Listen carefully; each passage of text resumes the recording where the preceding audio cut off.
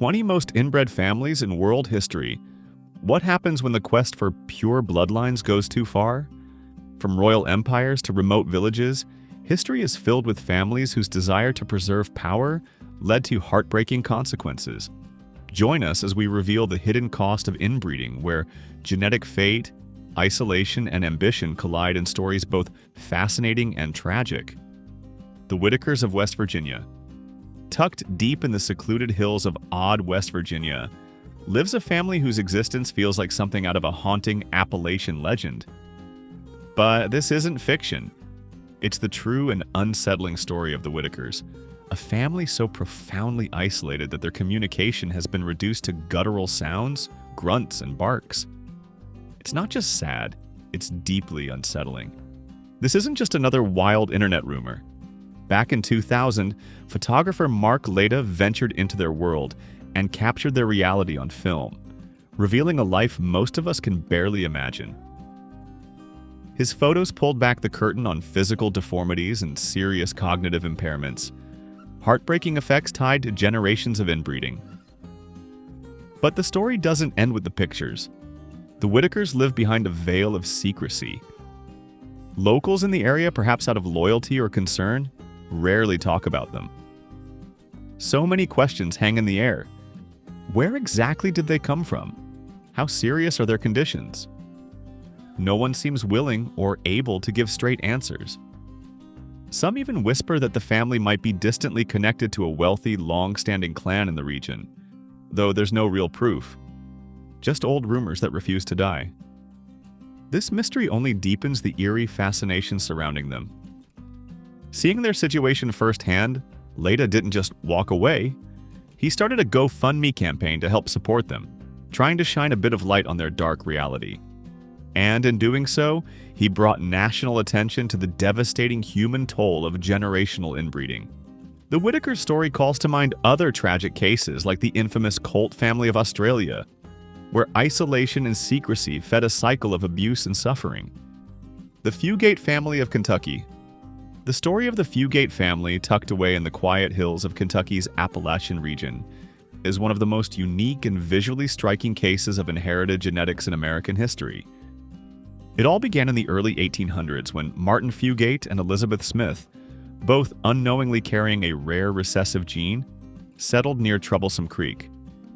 What followed was a multi-generational journey marked by isolation, intermarriage, and a condition that gave the family their unforgettable nickname, the Blue Fugates. The condition is called methemoglobinemia, a rare blood disorder that affects how oxygen is delivered throughout the body. The result? A noticeable bluish tint to the skin, especially the lips, hands, and face.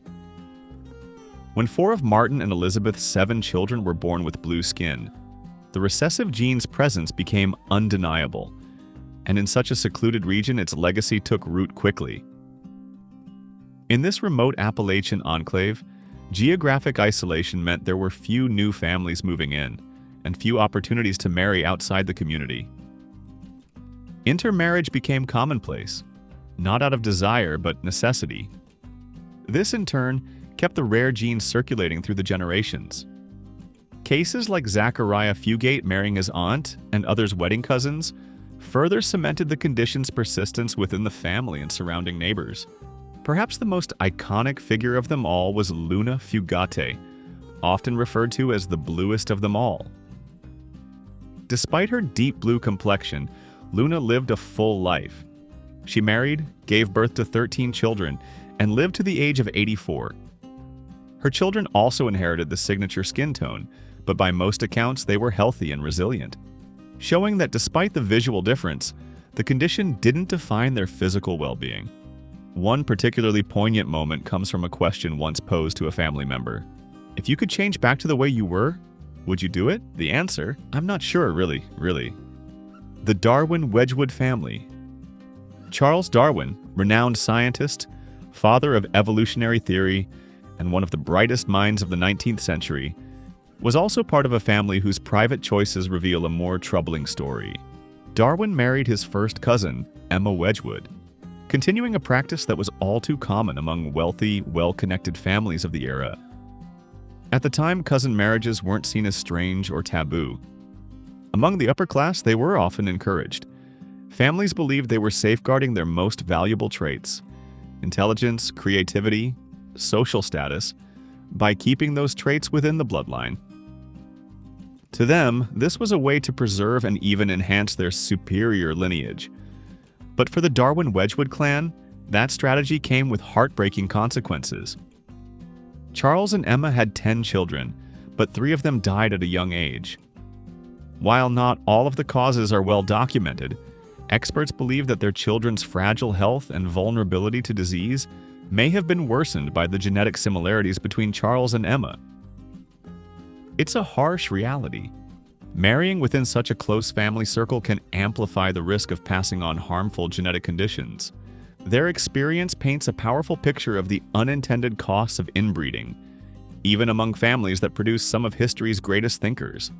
While Charles Darwin himself would go on to study heredity and variation in nature, the genetic risks within his own household served as a personal, painful example of what happens when families prioritize legacy over biological diversity. But it's important to understand that the Darwins were not alone. In the 1800s, cousin marriage was still widely accepted, not just in England but across much of Europe. The belief in strengthening bloodlines was deeply rooted in the thinking of the time. Families thought they were preserving excellence, unaware of the hidden genetic dangers they were courting. Which of these inbred families shocked you the most and why? The Habsburg Dynasty. For generations, the Habsburgs weren't just rulers. They were the power brokers of Europe. Their family tree stretched across empires, their decisions shaped the fate of entire nations, and their name was synonymous with royalty. But behind the grandeur of their palaces and the sheen of their crowns hid a disturbing reality that would one day bring their mighty lineage to its knees: inbreeding.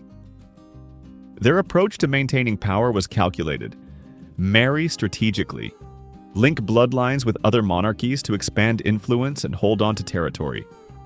At first it worked like a charm, strengthening alliances and keeping outsiders at bay. But over time, that same strategy turned inward. The desire to keep royal blood pure led to marriages between close relatives: cousins, uncles and nieces, even aunts and nephews. The cost? It grew heavier with each passing generation. Picture the royal court: shining chandeliers, gold-trimmed walls, nobles in lavish attire. Yet among them walked heirs born with obvious signs of genetic strain. None more infamous than the so-called Habsburg jaw. It wasn't a small cosmetic flaw, it was a severe protrusion of the lower jaw that could leave its victims unable to chew properly or speak clearly. And it was only one of many signs of a bloodline cracking under the pressure of its own traditions. By the late 1500s, especially within the Spanish Habsburg branch, the damage was undeniable. The family line became riddled with illnesses, both physical and mental. Babies were born fragile and sickly. Many didn't survive infancy. Others grew up to be weak or mentally impaired, never fit to rule. And yet the inbreeding continued, driven by the fear of losing power to outsiders. The heartbreaking final chapter came in 1700, with the death of King Charles II of Spain. He was the last of the Spanish Habsburgs, and a living symbol of all that had gone wrong. Sickly, infertile, and plagued by both physical and cognitive issues, Charles embodied the dynasty's self-inflicted demise. He couldn't father a child, and with his passing, the once great Spanish branch of the Habsburgs faded into history. Their downfall wasn't due to war or political rebellion. It came from within, a dynasty undone by its own misguided quest for control and purity. The Pitcairn Islanders. It all began with a mutiny in 1789 aboard the HMS Bounty. The mutineers, desperate to escape the harsh rule of the British Navy, turned against their commander and vanished into the vast Pacific. They weren't just running from a ship, they were searching for a life on their own terms. They founded on Pitcairn Island, a tiny, hidden patch of land far removed from any authority. Alongside several Tahitian women they had taken with them, the mutineers created a new settlement. But with no contact from the outside world, this fragile community became a social experiment unlike any other, one shaped by deep isolation and the unavoidable consequences of a shrinking gene pool. By 1817, all but one of the original mutineers had died. John Adams, along with Ned Young before him, had laid the foundation for a society built on strict religious teachings. Adams leaned heavily on the Bible to govern the tiny island population.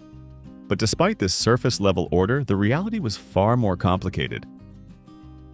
As the years passed, Pitcairn's population slowly grew, peaking at around 200 people by 1936. But over time, a disturbing pattern began to emerge. In this closed-off society where families were interconnected and outside norms had long since vanished, sexual abuse, especially involving minors, became normalized. Passed down quietly from generation to generation, it became a hidden part of island life. The world would remain unaware of this terrible truth until the early 2000s. That's when New Zealand authorities launched an investigation, uncovering decades of abuse. The findings were horrifying. Several men, including prominent community leaders, were convicted for crimes against children. The tiny island was forced to confront the darkest parts of its legacy. Today, fewer than 50 people live on Pitcairn. They remain isolated, still trying to come to terms with a painful past that has left deep scars. Their story isn't just one of abuse. It's about what happens when a community becomes cut off from the world, how values can erode over time, and how hard it can be to recover when trauma becomes generational. The Ptolemaic Dynasty. The Ptolemaic Dynasty is often remembered as the grand finale of ancient Egypt's royal saga, a time of towering temples, dazzling wealth, and legendary figures like Cleopatra. But behind all that splendor was a practice so dangerous, it helped unravel the very dynasty it was meant to protect: incest. It all began after the death of Alexander the Great, when one of his trusted generals, Ptolemy I Soter, took control of Egypt. He founded the Ptolemaic line, which ruled for nearly 300 years. To strengthen their claim as rightful heirs to the Pharaohs, and to boost their status as living gods, the Ptolemies turned to a strategy as old as Egyptian royalty itself: marrying their own blood. But this wasn't about love or even tradition. It was a cold, calculated political move. Brothers married sisters. Uncles wed nieces. The goal was to keep the royal bloodline pure and untouchable. Yet over time, these repeated in-family unions brought devastating results. Clear signs of inbreeding depression began to show in both body and mind. If you take a closer look at ancient portraits and coins from the era, many Ptolemaic rulers appear unusually heavy or bloated. This wasn't just an artistic style. Experts now believe that their obesity and bloated features could point to rare genetic conditions like Erdheim-Chester disease or familial multifocal fibrous sclerosis, both of which can cause serious physical complications and, in some cases, mental decline. These conditions, possibly inherited through their tangled family tree, likely affected their ability to rule effectively. One of the most striking examples is Cleopatra VII, the dynasty's final and most famous ruler. She married two of her younger brothers in line with family tradition, reinforcing the same destructive cycle. While Cleopatra is celebrated for her political savvy and intelligence, she was also the product of a gene pool that had been narrowing for generations. And while she famously held her own against Roman giants like Julius Caesar and Mark Antony, the cracks within her family were already deep. The Ptolemaic dynasty didn't fall just because Rome came knocking. Its collapse was just as much about what was happening behind palace walls: years of medical issues, mental health struggles, and political chaos brought on by rulers whose very DNA had been compromised by their own traditions. Thank you for watching. To continue with more content, comment yes to let us know you're still following. The British Royal Family. The British Royal Family, iconic, influential, and deeply woven into the fabric of world history. But behind the grand ceremonies and regal portraits lies a lesser-known legacy, a troubling pattern of inherited illness, shaped by centuries of strategic intermarriage.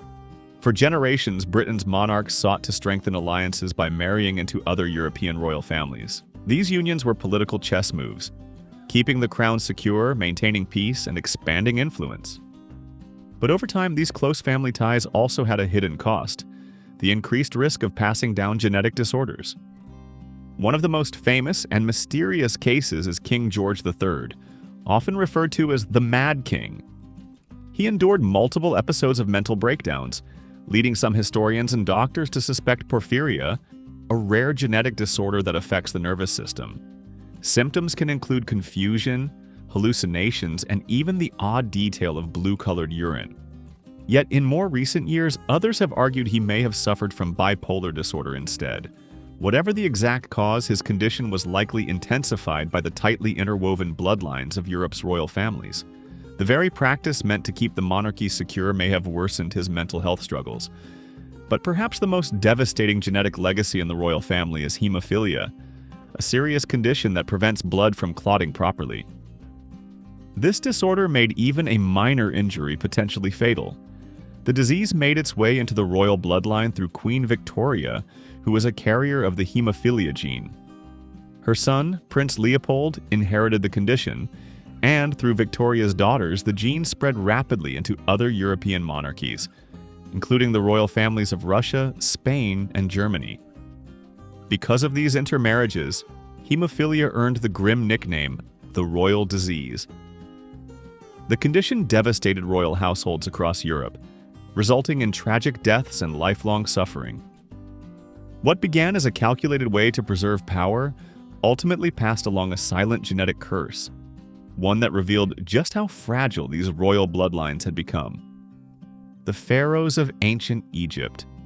When we hear names like Tutankhamun, Ramses II, and Cleopatra VII, we picture towering pyramids, golden tombs, and rulers who were worshipped like gods. But behind the splendor of ancient Egypt's royal legacy lies a darker truth, one of systemic inbreeding that left deep scars on the pharaoh's bloodline. In ancient Egypt, the pharaoh wasn't just a king, he was seen as a living god, a direct descendant of the divine. To protect this sacred status, the royal family developed a very specific strategy: marrying within the family, often between siblings or close relatives. This wasn't about romance. It was about preserving power, keeping the divine blood undiluted, and reinforcing the pharaoh's unquestioned right to rule. But the price of this divine purity was steep. Take Tutankhamun, the boy king who ruled Egypt briefly and died young. Modern science has revealed that he suffered from multiple genetic disorders: a clubfoot, scoliosis, a compromised immune system, all likely due to generations of inbreeding. His own parents were full siblings.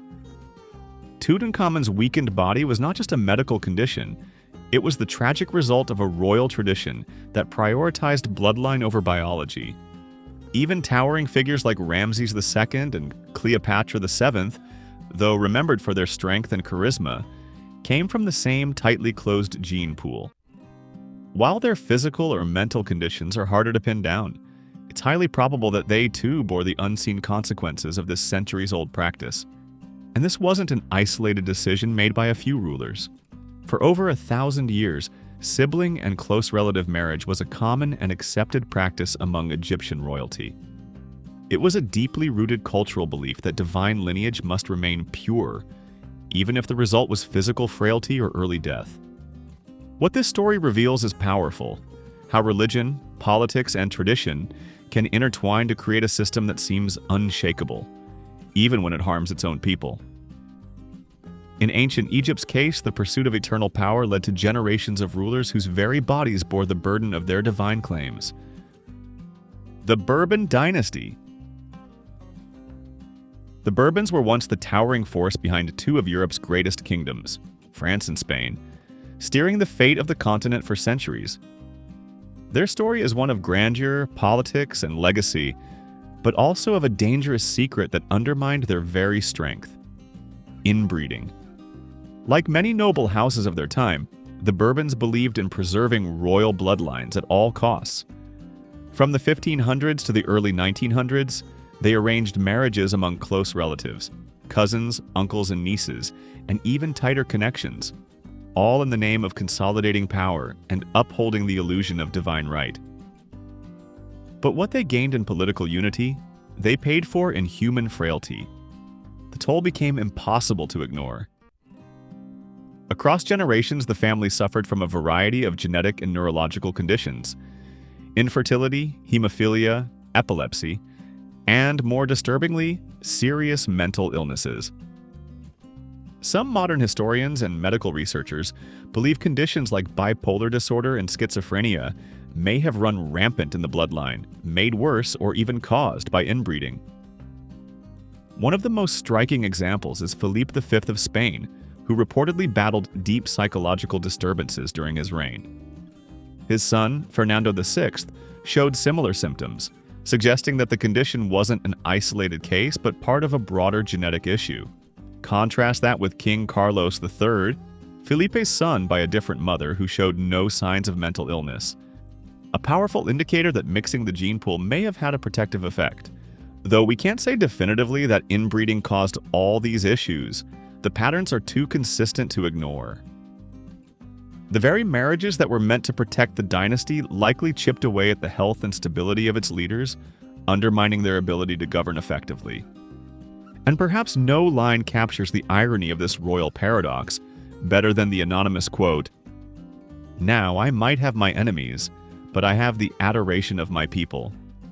You think because I'm king that I'm not also a brother?" The Colt family of Australia. The Colt family, a name that became synonymous with one of the most disturbing and eye-opening cases in modern Australian history. In 2012, authorities discovered a shocking situation hidden deep in the rural countryside of New South Wales. A family living in extreme isolation, bound not just by blood, but by a chilling cycle of inbreeding, neglect, and secrecy. What they found was more than just a broken household. It was a web of generational abuse where many of the family members didn't even know who their biological parents were. Children were born from relationships between siblings, cousins, and in some cases, even closer relatives. The Colt family's compound had no running water, no proper sanitation, and no education system. The living conditions were appalling, but even worse were the emotional and physical consequences for the children growing up in that world. The investigation painted a bleak picture: a family so disconnected from society that basic moral and legal boundaries had eroded completely. And it raised some deeply uncomfortable questions. How could this happen in modern Australia? How did it go undetected for so long? Why didn't anyone step in sooner? The Colt case became a national wake-up call. It exposed the cracks in Australia's welfare and education systems, gaps that allowed a family like this to slip through unnoticed for decades. It also forced a hard conversation about the importance of early intervention, community awareness, and the role society must play in protecting children in remote or overlooked areas. But the shockwaves didn't stop at Australia's borders. Around the world, the Colt family's story became a symbol of how isolation, when combined with generational trauma and a lack of oversight, can lead to devastating consequences. Mental and physical health were both deeply impacted, as was the very concept of family and identity for those caught in the cycle. Have you heard of any lesser-known inbreeding stories we should cover next? The global history of inbreeding. Inbreeding, the union of close relatives, might strike many of us today as taboo or even shocking. But throughout history, it was far more commonplace and culturally accepted than you might think. This wasn't just about ignorance or lack of options. Often, inbreeding was driven by tradition, power, and the belief in preserving a pure bloodline. In ancient civilizations where kings and emperors were often seen as divine, marrying within the family wasn't just accepted, it was expected. A prime example is the royal family of Egypt, where pharaohs were believed to be living gods. To keep their divinity intact, they often married their sisters or other close relatives. The famous union of Akhenaten and Nefertiti illustrates this deeply held belief.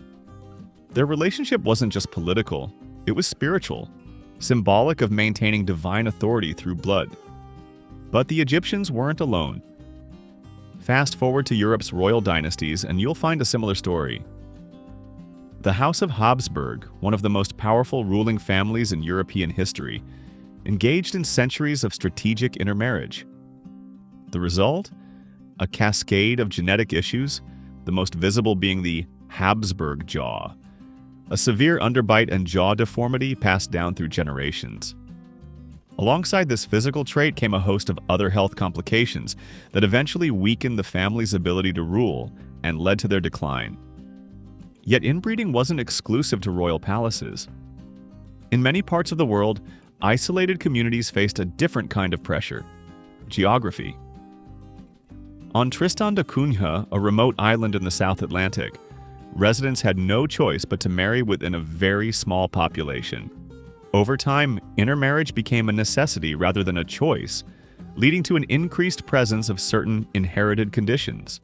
These weren't royal ambitions, just the natural consequence of extreme isolation. So, when we talk about inbreeding, we're really talking about a global phenomenon, one that crosses cultures, classes, and continents. In many cases, it was believed to be the right thing to do, preserving wealth, status, or spiritual purity. But the long-term effects, both genetic and social, reveal a harsh truth. When a population's gene pool becomes too limited, the consequences can be profound and often tragic. The genetic consequences of inbreeding. For centuries, people noticed something wasn't quite right when close relatives married. Children born from these unions often suffered from mysterious health problems. But it wasn't until the 19th century, thanks to the work of a quiet monk named Gregor Mendel, that the science behind these patterns came into focus. Mendel's experiments with pea plants helped reveal the basic laws of inheritance, how traits are passed down from parents to children. What he uncovered was groundbreaking. When individuals share too much of the same genetic material, the odds of passing on harmful recessive genes increase dramatically. In a typical pairing, a dominant healthy gene can often mask a recessive one. But in close relative unions, both parents are more likely to carry the same faulty gene, meaning the child has a greater chance of inheriting two defective copies, which can lead to serious illnesses and genetic disorders. In the early 20th century, another scientific giant, Sir Ronald Fisher, took this understanding even further. He introduced the coefficient of inbreeding, a way to mathematically estimate just how likely it is that a child will inherit two identical genes from a shared ancestor. His work gave scientists a tool to measure the genetic risks of inbreeding in a way that was both predictive and actionable. But this isn't just theory, it's real life. One powerful modern example comes from the remote island of Pingalop in Micronesia. After a devastating typhoon in the 18th century reduced the population to just a few dozen people, generations of inbreeding followed. The result? A large percentage of the population now suffers from achromatopsia, a rare condition where people see the world entirely in black and white. On Pingalop, what was once a rare genetic trait became common, all because of a genetic bottleneck and continued intermarriage. Fortunately, modern science gives us the tools to fight back. Genetic counseling and screening now help families understand their risks before having children. In places where inbreeding is still practiced, either by tradition or necessity, these tools are essential in protecting future generations from preventable genetic harm. The story of inbreeding, then, is not just about ancient royal families or isolated communities. It's also about what we've learned and how we can use that knowledge to create healthier, more informed societies. Genetics doesn't just tell us where we come from, it helps us decide where we're going. Genetic guardians, modern tools, and hope. We've entered a bold new chapter in human history, the genomic era, where our understanding of genetics has expanded beyond what anyone thought possible just a few decades ago. And with it, we now have powerful tools to confront one of humanity's oldest and most persistent issues: the genetic consequences of inbreeding. The turning point came in 2003 with the completion of the Human Genome Project. For the first time ever, scientists had a complete map of the human genetic code, a detailed blueprint of the genes that shape everything from eye color to inherited diseases. This massive achievement unlocked new possibilities for identifying genetic disorders, especially those that become more common when genetic diversity is reduced, as happens in closely related pairings. At the heart of today's approach is genetic testing and counseling. These tools allow individuals to discover whether they carry recessive genes that, if paired with another carrier, could lead to serious inherited conditions in their children. For communities with a history of inbreeding, or for those at risk due to limited gene pools, this is nothing short of life-changing. One of the best examples of this progress in action is the Dor-Yeshurim program, launched in the 1980s. Designed for the Ashkenazi Jewish community where certain genetic disorders like Tay-Sachs disease occur more frequently, the program uses anonymous screening to identify carrier couples before they marry. The results have been stunning, a sharp drop in the number of children born with these devastating diseases. It's proof that knowledge and planning can save lives, but the tools are only part of the equation. Just as important are the people who help interpret them, genetic counselors. These professionals guide families through complex genetic information and help them understand their options. The idea of genetic counseling actually dates back to the 1940s, when geneticist Sheldon Reed coined the term and emphasized its ethical foundation, helping people make informed, value-driven choices about their health and family futures. Thanks to these advancements, we're no longer powerless against the risks of inbreeding. We now have the ability to identify, predict, and prevent genetic conditions before they take root. While the past reminds us of the dangers seen in royal bloodlines, isolated communities, and tragic case studies, the future offers something far more hopeful. This is more than a scientific victory. It's about empowering individuals and families with the knowledge to protect their health and shape the future of their genetic legacy, breaking the cycle of inherited suffering and replacing it with a legacy of choice, understanding, and hope. As science lifts the veil on our genetic past, we're better equipped to protect future generations. The mysteries may never end, but with knowledge we move forward, wiser and more aware of the delicate balance that shapes us all. If you enjoyed this deep dive into history's most inbred families, be sure to like, share, and subscribe to Past Not Past for more eye-opening tales. Thanks for watching, and we'll see you in the next episode.